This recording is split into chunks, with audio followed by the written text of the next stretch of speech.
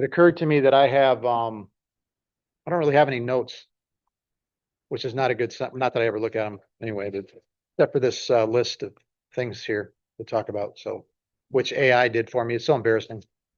I feel like I've degraded myself, but you know, AI can make a list really quick. You just have to know whether it's in the ballpark. Okay, we've been talking about this timeline, this complicated one here. I made a simplified version of this morning. Way too late. Actually, I made two of them. Should have done it earlier. But we're going to go back and forth because, we talked about Sinaiticus and Vaticanus. What are Sinaiticus and Vaticanus? What do those words mean? What do those names mean? They're very, very important to you.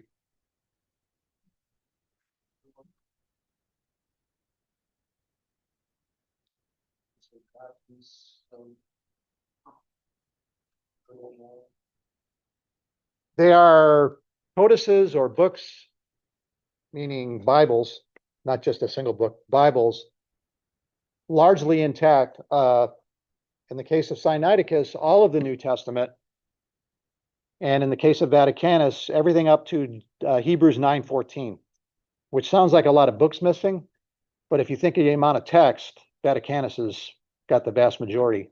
But those are the primary witnesses to the Greek text of the New Testament that every single translation in here, except for the King James, comes from. Vaticanus, right here. It's on your diagram there. It's right here on your diagram. Vaticanus and Sinaiticus. From the 300s, manuscripts of the parchment manuscripts of the New Testament from the 300s that somehow have managed to make their way into the 21st century. And most of that history we don't know at all. We'll look at St. Catherine's Monastery today. That's also a very important place in your history. And you'll see why. And then we're going to talk about this vast stretch right here of time between the 400s and the arrival of John Wycliffe, who was probably a product of the Renaissance or post-Renaissance, which we're not going to talk about because I don't know enough to talk about it. But a lot of changes happened in Europe from about the 1200s through the 1600s. It was a transformative time, including the Black Death in 1346 and 7, or 1347 and 8, I don't remember which, when probably a third of Europe perished or more. That'll shake things up. But anyway, let's actually take a look at, let's go back to Vaticanus and Sinaiticus for a second. And let's proceed forward because we're going to go back to them when we get to the discovery, if you want to think of it that way.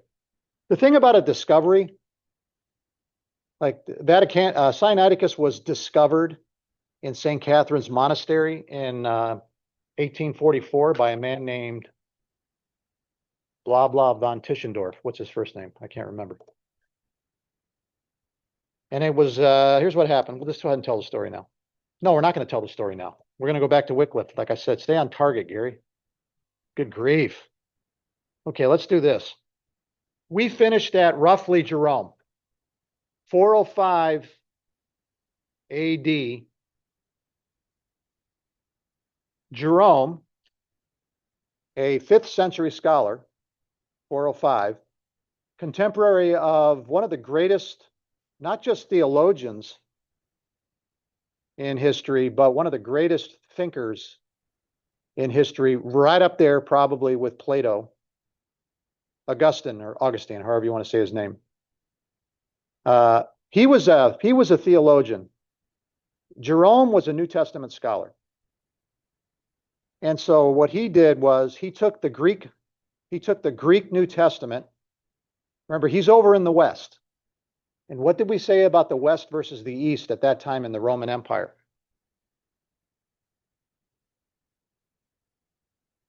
What's the primary difference here for our purposes, between Rome, in terms of the development of the New Testament text, and how it was transmitted to people between Rome in the west and Constantinople in the east and Alexandria in the east. If you go back to this diagram, look on your diagram, you have the Eastern Byzantine Greek Church, and you have the Western Roman Church, which was a Latin church. The difference is language. But of course, language is just the tip of the iceberg for culture and all kinds of things. And so there's, for example, there's a lot of similarity between Australian, New Zealand, US, Canadian, and British culture. A lot of common points. Much more so than Bulgaria or Nigeria or China. And so there's this language tradition that is inherent, that culture is inherited, that I'm really making it up now, but that is directly related to culture, or culture is directly related to language. And so that Latin church is over there in Rome, and in the west, you got an Eastern church that's Greek in the east. And those two sides are going to separate, partly because they're 1,000 miles, however many miles apart they are. And that separation is not on here, but it occurred in 1054, right here. There was a what they call the Great Schism. There were actually two great schisms. One is this one, East and West, when it kind of became official, when over the issue of the Pope, papal authority, they split, probably a lot of other things, but they split. And the Eastern Church went its way and the Western Church went its way, which is why in the Eastern Church you don't have papal authority. They do not pledge allegiance to the Pope, so to speak. Well, where was I going with that? I don't remember. So anyway, for our purposes, for the text of the New Testament, then in the West, Greek falls off. Copying isn't going to happen in Greek. Copying is going to happen in Latin. So what's going to happen is, instead of copying Latin from Greek texts, they're just going to copy Latin from the Latin text, and the Latin text is the Vulgate. And the result of that, now we can go to my new one. The result of that is that there will be de facto, not official, but just de facto, on the ground, as a matter of historical development, there will be a break in the Eastern and Western sides of the church in the empire, where you have a Western church that depends on the Latin Vulgate and transmits its text through through the Latin Vulgate, which we have thousands and thousands of copies of today. And then in the East, they're going to copy in Greek. But of course, from our vantage point, we're really Westerners. We're in the United States, but think of the forefathers, England and so forth, the Puritans. We're from the West. And so all that time in the West, Latin reigns supreme. And it becomes dogma in and of itself. The use of Latin in the Mass, in reading, becomes dogma. But the people on the ground, the people out in the city, the normies out there, they don't speak Latin. They are going to speak whatever their native tongue is. That's why this diagram here has common tongue. And so the native tongue is the strangest thing to think of. In terms of liturgy, in terms of worship, in terms of the mediation of the Word of God, becomes a Latin mediation that nobody speaks. So if you want access to the Word of God, thou shalt go to church and hear it spoken in Latin. And, I don't know, maybe you know enough of what they're saying that you know that that's Matthew chapter 4 or something or other. And, you kind of in your head. But what gets lost then, right here in the West, eventually is the common tongue, the common languages.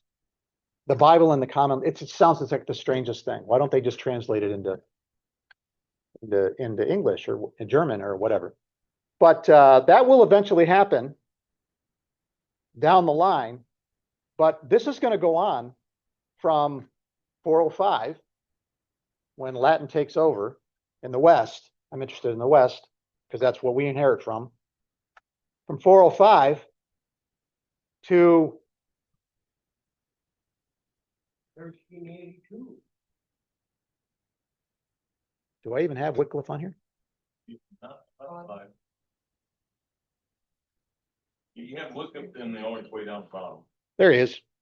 Wycliffe right here. Until Wycliffe. So we're talking about 1,000 years.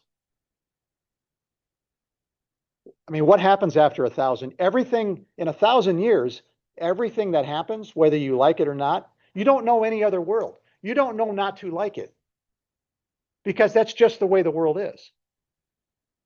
So, you don't know another way. Nobody's going to say in 1300 or 1200, well, let's assume for mostly 13, 1200, man, they ought to translate the Bible into English or something like that. That would be a revolutionary act of subversion, because by this point, by the time Wycliffe arrives, it's not just that the liturgy, from the vantage point of the Mass, the what we think of as the church service, is in Latin. It's a dogma. To do it any other way is an act of subversion, not just of the church, but of the state. Because remember what happened after Constantine and the Council of Nicaea and his work of coalescing and unification. Yeah. I see a similarity between this and our departure from the KJV. There are absolutely some similarities between this and what is going to happen with the King James Version in 1611 and following. We're going to talk about that probably shortly. I'm sorry. No, that's okay. That's an excellent inference. That's the second time I got to use the word inference today. That's a good inference to today from what's going on here. It's really ironic, and we'll get back to that. Anyway, so the common tongue gets lost. Now I'm reminding myself what I was just talking about. Brian, what was I talking about? And so to translate out of Latin, first of all, Greek is lost. You haven't made Greek copies of the New Testament in the western side of the empire over here, where we come from over here. You haven't made Greek copies of the New Testament by the time of Wycliffe in 1,000 years. Even if you wanted to translate into, let's just say, English, what are you going to do? So what happens is, as a part of the period known as the Renaissance, which is coincident with Wycliffe and before him, there is this return to the past, sort of a rediscovery of the past. And one of the things that gets rediscovered is Greek. It's under the banner of this idea of back to the sources, which is by itself subversive. Because remember, this church that exists in the Middle Ages, at this point on the timeline, down here in the 1300s, 1400s, the church, and there is no distinction between the political realm and the church realm. They're infused together. It's called Christendom. And so, kings are being anointed by popes. And, if popes don't like you, you're in a lot of trouble. You ask, when was the height of the power of the Pope? Pope Innocent III, I think he's like right in here, right around 1100, was the height of his power. Rivaling the power of kings. I gotta look it up again, but there's a story about after the breakup, and there's the Holy Roman Empire in the West. One of the kings had to go grovel before the Pope. The Pope made him grovel before the Pope. I got to go refresh myself on the story, but it's fascinating, and it's a fascinating insight to the power that the church authority had. And Luther's going to run up against it. Tyndale, Wycliffe, we'll see.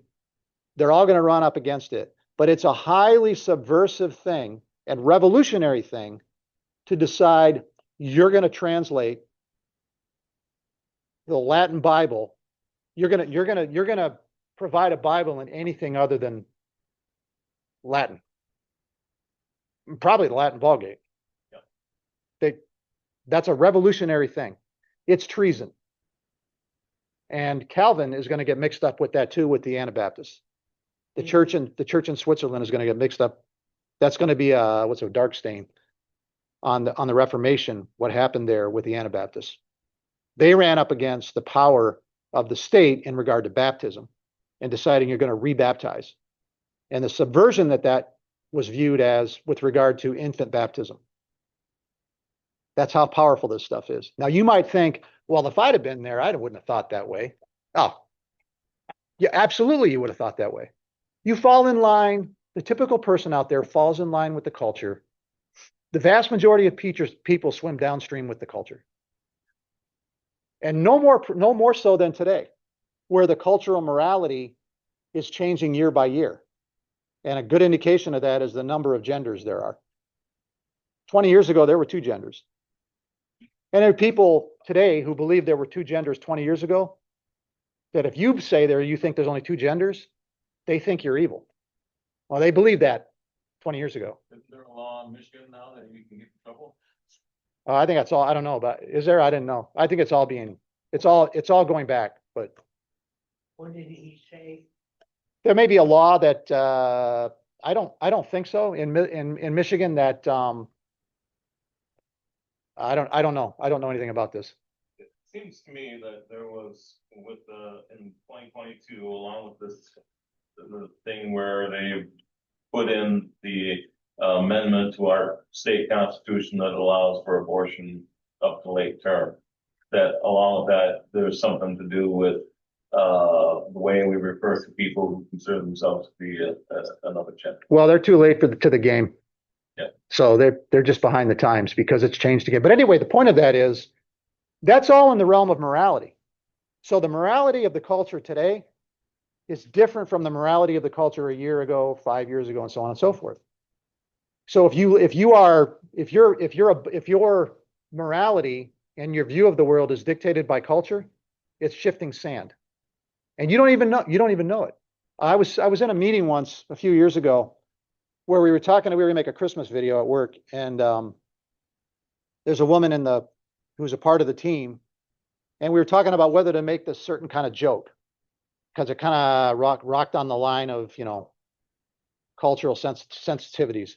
And so we decided, yeah, we don't want to do that. I'm just going to offend people. And she said, I remember it still. She said, yeah, it's 2020. And I thought about that, and I thought how easily she said that, and how she had no idea the implications of what she just said. What she was saying is, guys, come on, you need to get up to date with morality. We have to apply 2020 morality. The culture is at 2020 morality. These people that are living in 2015 morality, you need to get up to date on this. You need to update your morality, as if morality is like fashion, like clothing fashion or something like that. That's the culture. Now, I didn't call her out on it, but that's exactly what she was saying. She just didn't. I call it current year morality. Morality 2026. And for people who swim downstream with cultural morality, there's no point in asking what's going to be your morality next year, because they got to wait to see what the cultural morality is. And then they'll know what their morality is. Don't be one of those. Morality doesn't change. Okay, so that's way off target. Okay, who's responsible for that? It's either Brian or the pastor, one or the other. I don't know which. Let's get back to it. Okay. So, all right. So this goes on for 1,000 years. In the East, you see this fork with Jerome. Now you have that's an understatement. You have a Latin Vulgate church, a Latin Vulgate liturgy, a Latin Vulgate history of the transmission of the text. And you have the Eastern church with its Greek text. But in the Western side, they're not copying in Greek, so it disappears. So Greek falls out in terms of copying in Rome or in the West, and also with the Muslim invasion in the 600s, when Alexandria is taken, it's going to fall out in Alexandria. And not only is it going to fall out, but this is a hostile invasion, so it's destruction. So it's going to be one of the great ironies that the vast majority of our manuscripts of the New Testament are going to come from Egypt, and specifically the garbage dumps of Egypt. Anyway, what that leaves then is this Eastern church centered in Constantinople, which will carry on the burden of copying manuscripts. But what are they going to copy from? Well, they're going to copy from whatever they have up there, right? So that produces a certain text type. You inherit the mistakes of the previous what they call exemplar, the thing you're copying from. You don't know that the verse that verse is not quite worded right because you don't have anything else to compare it to. So you just copy it. And then that's how you identify that text type. Oh, it's got that one verse right there where it does that. Yeah, that's a Byzantine text type. Oh, this over here doesn't include this part, this little piece right here, or has it worded this way. That's Alexandrian. That was done down in Egypt. And they can trace these lineages in the history of the transmission of the text. In Rome or in the West, Greek falls out. The Latin Vulgate is copied. We go from Old Latin to the Latin Vulgate, and on we go. And we're off to the races for 1,000 years.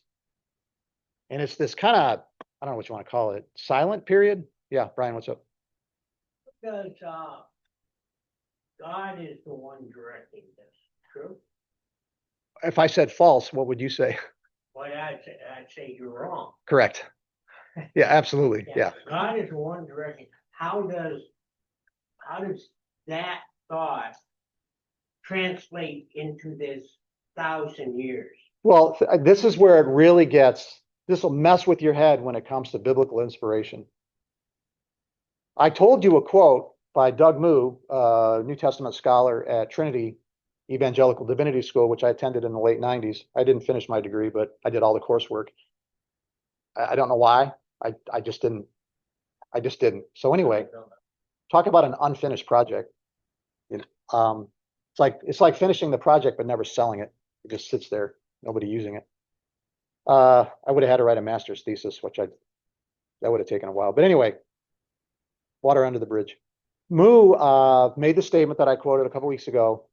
If you give me about this very issue, if you give me any manuscript of the New Testament, I will be happy to live my life by it.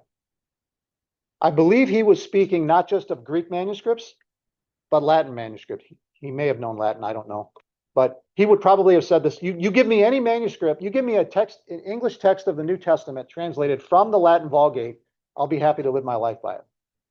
Now, when I was a kid, and the Bible that I read, the one that I got converted from, was the Douay-Rheims version of the Bible. Douay-Rheims, which was a translation into English from the Latin Vulgate. So what Wycliffe did in 1382 and following, he died in 1384. In 1382, his followers actually did.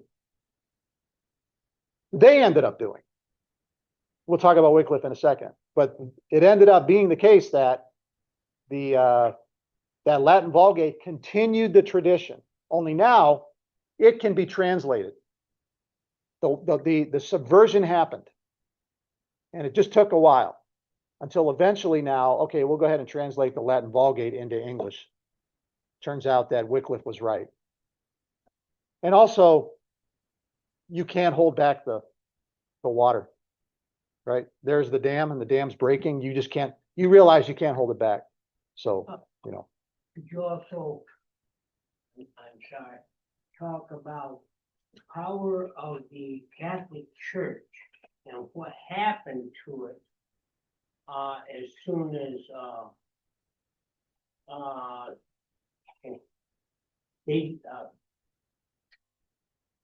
the church decided to go with the Greek Yeah, that's translation. all a part of the response.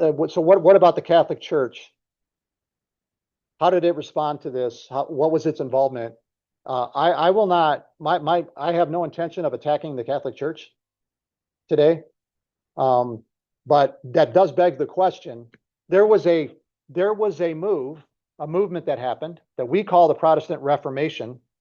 I can guarantee you that the Catholics at the time, the Roman side did not consider it a Reformation.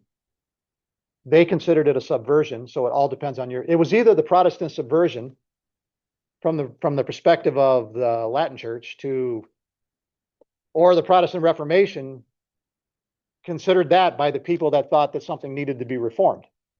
So even that name, Protestant Reformation, depends on your perspective. It's a reformation from my vantage point.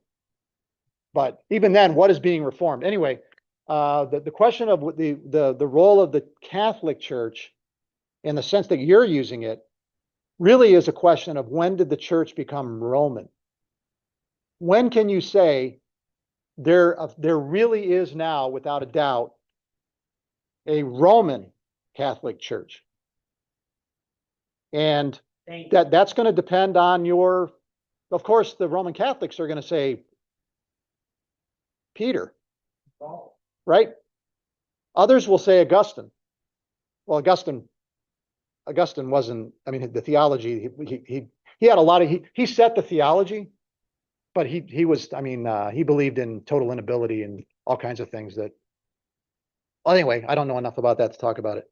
The point is that I'm going to say, and you can see it right here on this diagram, when I think and others think a distinctively Roman Catholic Church with Roman Catholic doctrine and the beliefs that we see in the Roman Catholic Church today came into full view.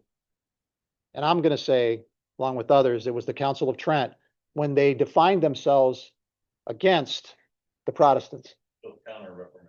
Counter-Reformation. Thank That's the sort of thing that'll light people up, man. Yeah. I don't have any irons in that fire.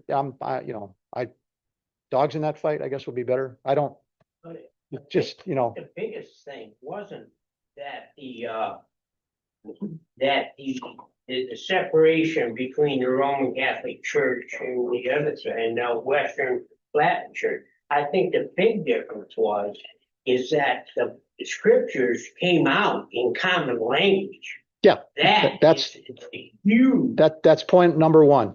That's point number one. And it came the vernacular, the common language. In Greek, koine, the common language. In our country, the koine language, lingua franca, is that how you say it in French? Is English. In the first century, it was Koine Greek, the common Greek. But the point being that now you can produce an English text of the New Testament from the Latin Vulgate, or from the Greek, and with very few Greek manuscripts. And you do either one of those, you do both of those, they don't look all that different.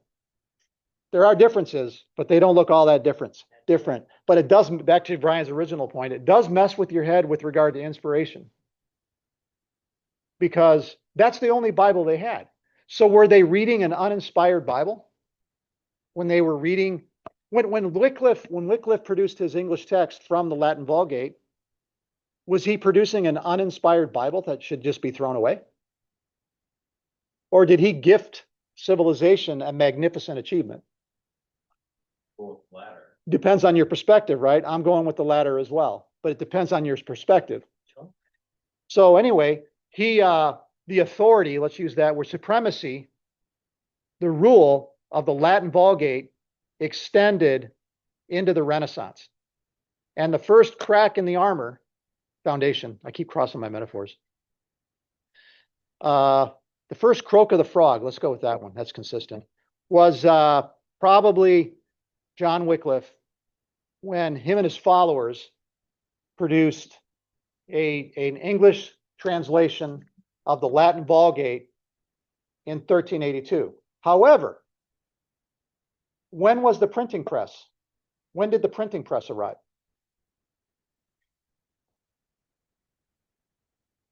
(1450s). We're 70 years away. It's not even on the horizon. So it's old school copying. So yeah, Wycliffe made an English translation, but he did it this way, and then it was copied. It was disseminated this way, just writing. That's how it happened. It's interesting in the same sense that Alexander the Great conquering the Eastern world and bringing Hellenism to everywhere with the language prepared the way for the gospel. In the same sense, that printing press prepared the way for the Bible to get to the hands of the average person. I have no idea what Gutenberg thought of these things. I do know that what was the first book off the printing press? Wow. What was it? The Latin Vulgate, probably. It was the Latin Vulgate.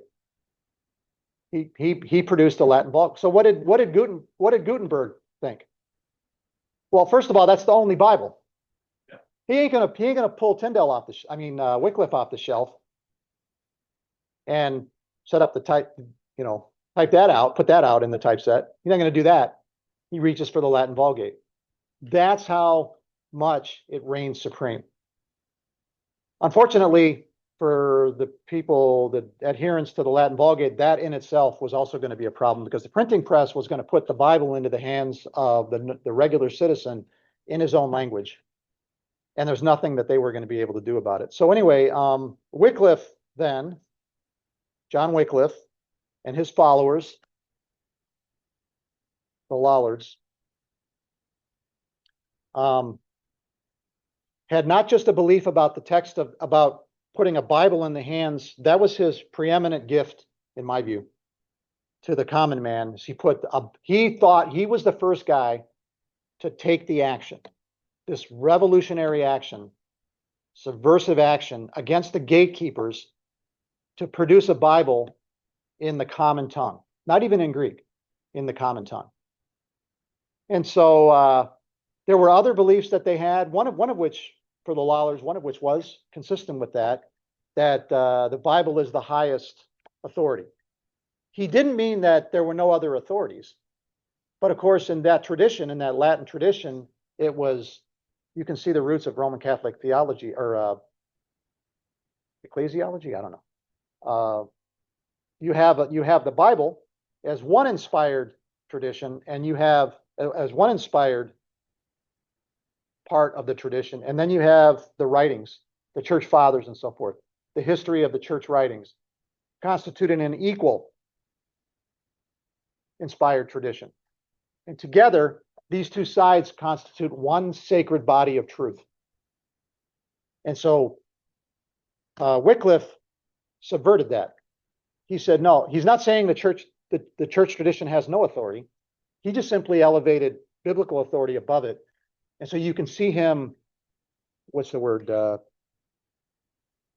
when you come before something, because of the P. He anticipated the Protestant Reformation. Didn't Luther do the same thing? Yeah, we'll get back to that. So that's Wycliffe's contribution. Wycliffe's contribution was to produce an English Bible from the Latin Vulgate, and basically set up and anticipate the Protestant Reformation, which is why I tried to find out who was the first to coin the phrase. Does anybody know what he's called? What's the phrase? Does anybody know what Wycliffe is called within the realm of the Protestant Reformation? Traitor? No, not within the Protestant Reformation. Morning Star of the Reformation. But I think it's been lost as to who exactly coined the phrase. He anticipated that his Bible wasn't published because it was copied. It was written. But that Bible come off of their hands in 1382. Luther was 1520. Erasmus was 1516. Tyndale's 1525. That period, man, a lot happening in Europe. Western Europe. Not in the Greek church in the East, but in Western Europe, a lot happening going on right there. But he was 1382, they were 50, so 140 years. Jan Hus, yeah. So that's the first crack in the foundation, producing an English text of the Bible from the Latin Vulgate. And so his followers were subversive to the church for a number of reasons. Wycliffe did believe in transubstantiation, that the elements, the bread and wine, are transformed into the body and blood of Christ. But I think he rejected the part where where it recreates, that there's a forgiveness element. There's a atoning element to that. Because part of the Catholic doctrine is to go one step farther than transubstantiation, which is into the body and blood of Christ, to re-sacrifice. Christ is re-sacrificed. And I think that's the part he rejected. I should have looked this up to be more clear. The Protestants are going to argue, Luther's going to argue, no, Christ is present with the elements. He's going to reject transubstantiation wholesale, but he said, no, Christ is present with the elements. The Catholics are going to say the elements are transformed into the body and blood of Christ. The Lutherans, consubstantiation, Christ is present with the elements. The Baptist memorial symbolizes, it's a memorial service. It's a remembering, it's a way to remember. So those are the three traditions regarding communion, the thing we're going to do today. Okay. That's Wycliffe. Are you curious about what it looks like, the Wycliffe Bible?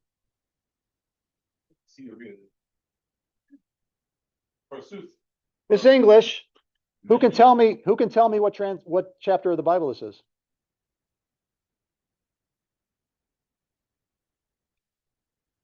Oh, nuts.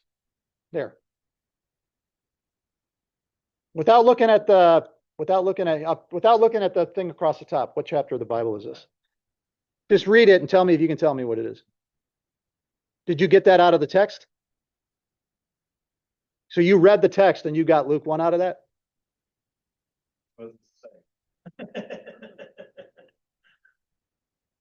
So that's the first English Bible. 1,000 years that we know of. Was there somebody doing this secretly? Possibly. I know I've read somewhere that the followers of Wycliffe, the Lollards, had basically underground churches in England because it was illegal to worship, to be reading God's word in English. For many men unforesaid. I don't even know what that. Ordain the telling of things which have been. To ordain the telling of things,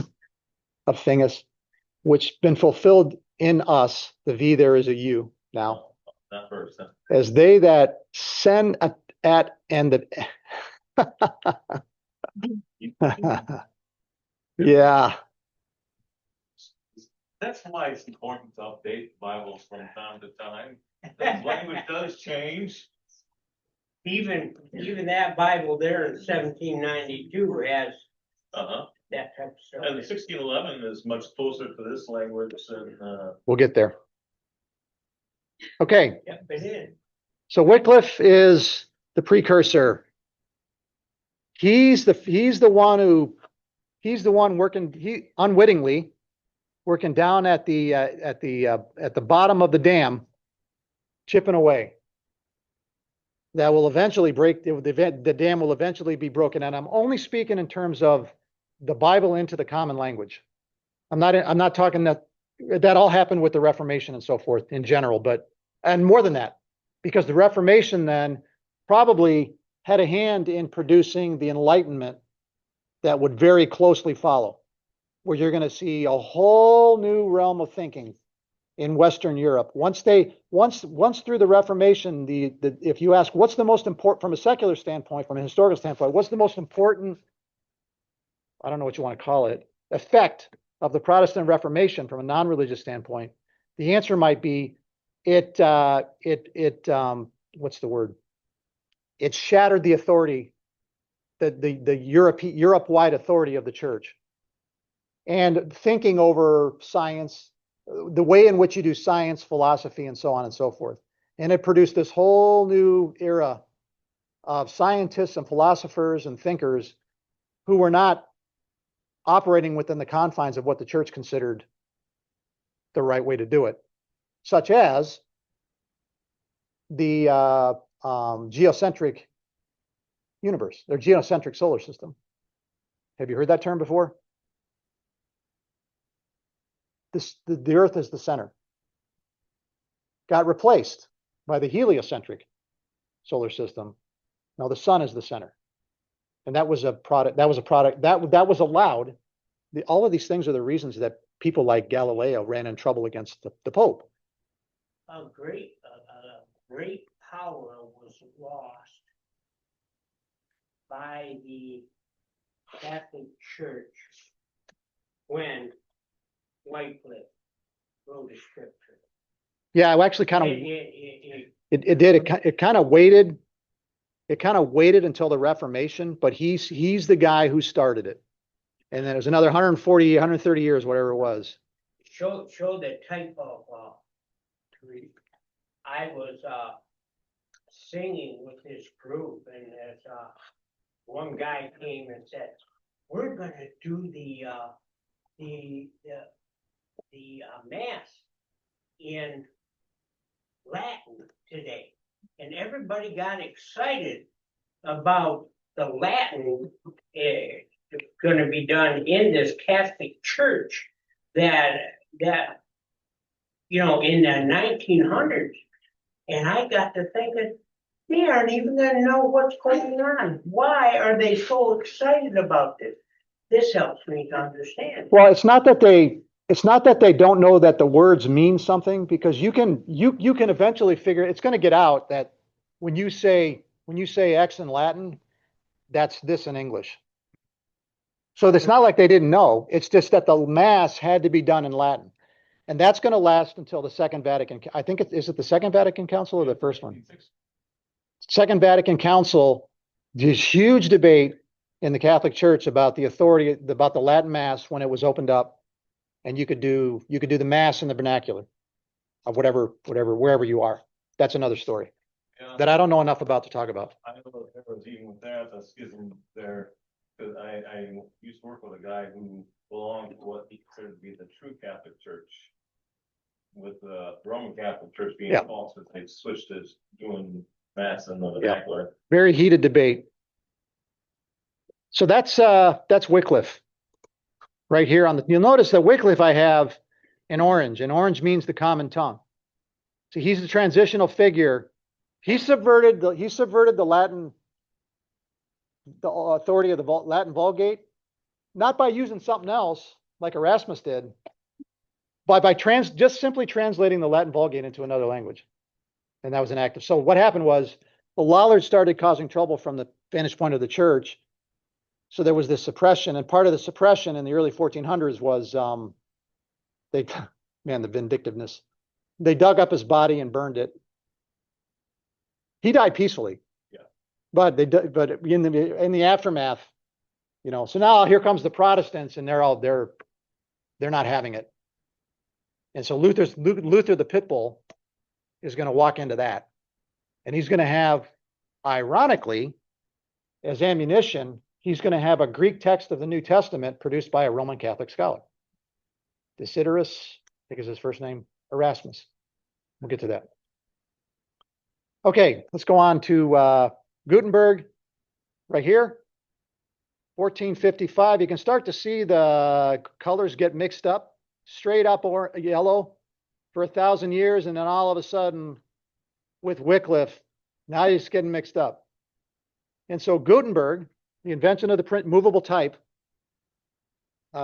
produced as his, the first book off the printing press was a copy of the Latin Vulgate, and it figures. What else is he going to do? So it's not that the Latin Vulgate stops right there. Probably should have kept it going. Probably inaccurate. The Latin Vulgate's authority continues. It is, yeah. It's a great achievement. It was a great work. It just is not dogma. Thou shalt only have a Bible in Latin. Yeah, where do you ever get that from anything in the new? Catholic Church. Catholic Church, but even from fundamentalists, you get the same thing. Thou shalt only have King James. We're going to get to that. Same. Absolutely. So that's the Gutenberg Bible, 1455. We're getting real close to the Reformation. So these pieces are falling into place. Wycliffe and his subversion, and his disagreements with 1,000-year-old, or what they thought of the traditional Western dogma about the authority of Bible and some other things, or even the rejection of part of the doctrine of transubstantiation. He didn't go all the way. Then you have a printing press. So you need you need two more things. You need someone to create a Greek text of the New Testament. And then you need someone to produce an to produce a vernacular text off of that Greek text. And these are the pieces that are falling into place. And so in Erasmus, 1516, who's on my list? Who's on my 7 bullet point list? Because I keep forgetting the dates. In 1516, although I probably put the date on here, it's so important. Yeah, 1516, right here. In this Green Greek tradition, Erasmus was a Western scholar, adhered to Catholic doctrine, one of the great thinkers of his time, period, ran in high circles.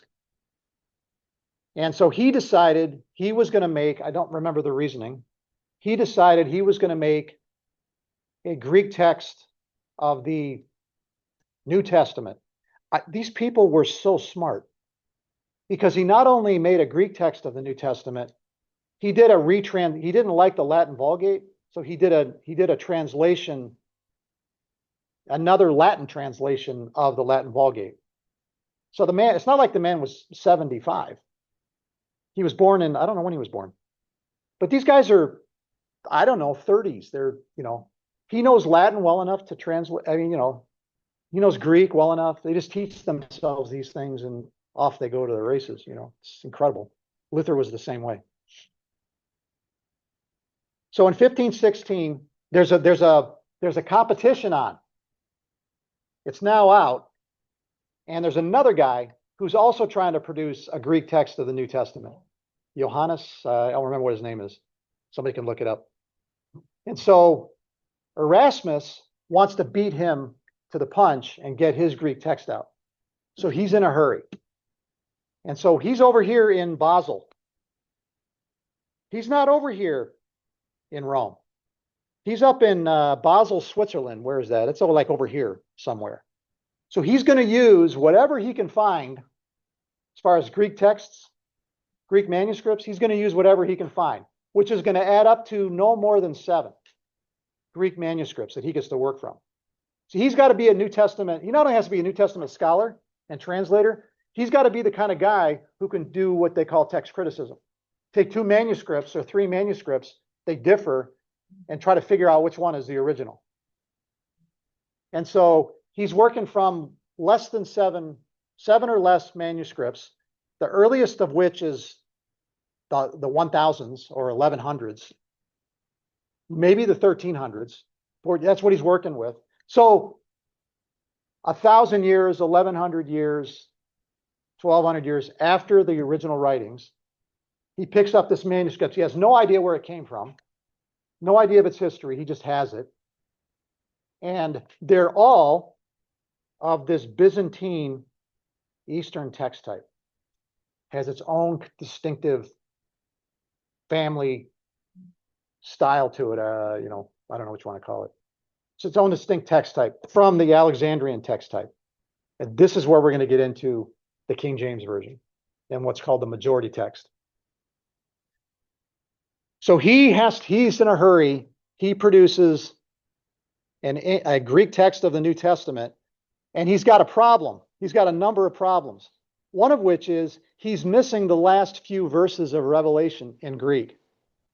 So he translates from the Latin Vulgate back into Greek for the last few verses of Revelation. Let's look it up.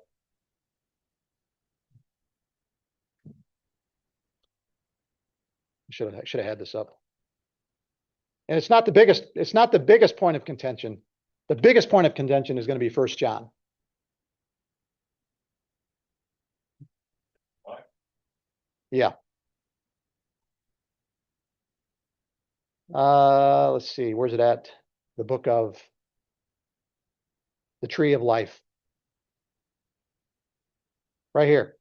In the where am I at? What am I in? New American Standard. So if anyone takes away from the words of the book, what an ironic few verses to not have. It's the one where it says, if anyone takes away from the words of the book of this prophecy, God will take away his part from the tree of life. That's missing of all things to be missing.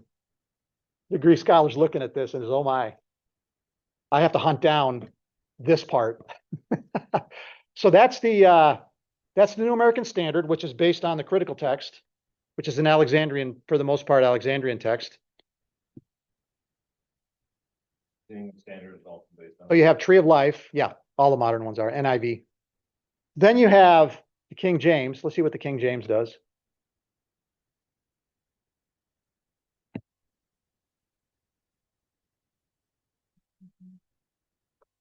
That Revelation 22. The Book of Life.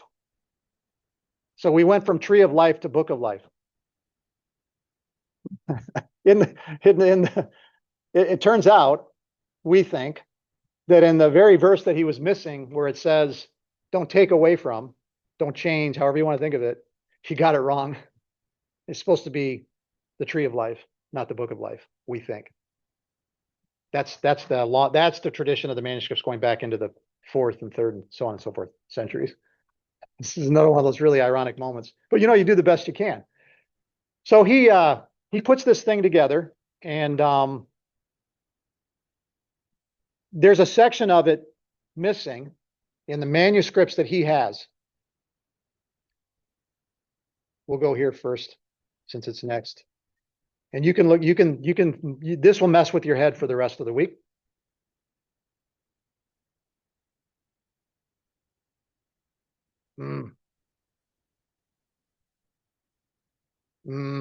Sorry.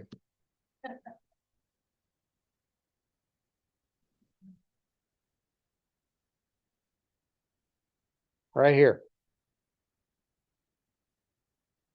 King James.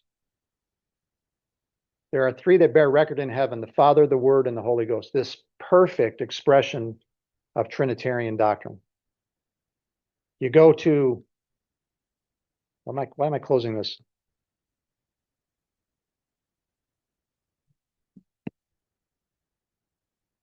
Why did it disappear?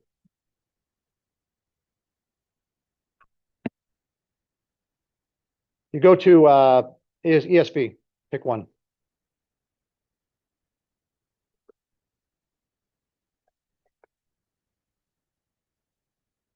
This is the one that lights everyone up on the King James only side. What on earth happened to verse 17? So in King James, I'm sorry, 7. For there are 3 that bear record in heaven, the Father, the Word, and the Holy Ghost.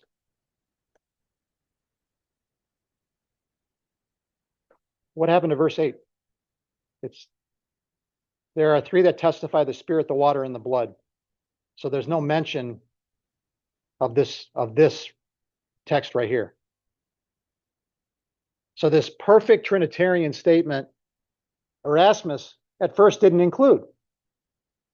Well, he had people that were all over him about it. Says, why don't you include it? Says, I can't find it in a manuscript. Even in his own manuscript, in his own tradition, the majority text tradition, he couldn't find it. So they produce one. And I think it's generally understood that by produce, they mean produce. They went out and made it. That had it in, and the story is that he said, well, if you find one manuscript that has it in there, I'll put it in there. That may be mythological. But anyway, he got presented with this manuscript. He did not want to fight with the Roman Church on the issue. So this was not a move of scholarship. This was a caving in. He included it in the 1516 edition. Was it the 1516? Maybe it was a later one. I don't remember. He included it in his edition of the New Testament. Might have been a later edition. I should have looked this up. It got included. Stephanus is going to come and do an edit of his Greek text, and then that Greek text is going to primarily be responsible for the text.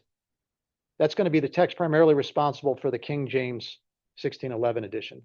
So this verse then, this statement makes its way into the King James Bible of 1611, where you still see it today. And so the thinking is that, well, you're trying to deny the Trinity because you don't have this verse in there. And we're off to the races on the whole King James issue. There are other ones, but this is the one that they're going to go back to. You can look it up. This is the one. So we'll stop with Erasmus here. We have more to talk about with him. Fascinating guy, kind of sad. You owe him a great debt of gratitude. He got rejected by the Catholics and he got rejected by the Protestants because he wouldn't side with the Protestants. He got in a war with Luther on theology.